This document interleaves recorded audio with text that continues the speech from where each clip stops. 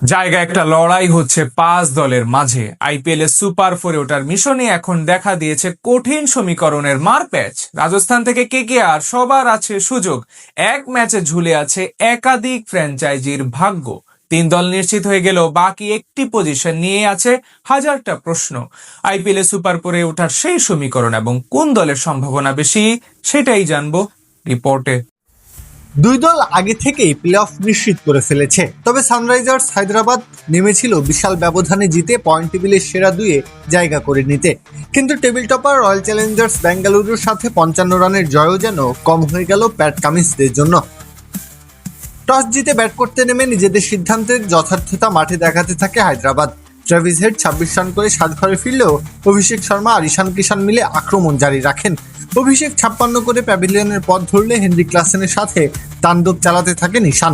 দুজনের ব্যাট থেকেই আসে ব্যক্তিগত অর্ধশতক।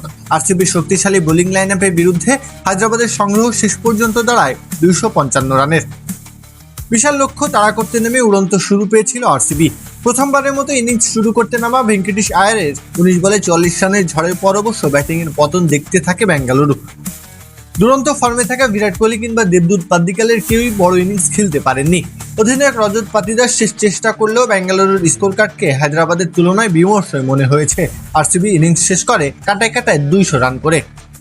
55 রানের জয় পেলেও সানরাইজার্স হায়দ্রাবাদের পয়েন্ট টেবিলের সেরা দুয়ে জায়গা না করেই লিগ পর্ব শেষ করতে হচ্ছে।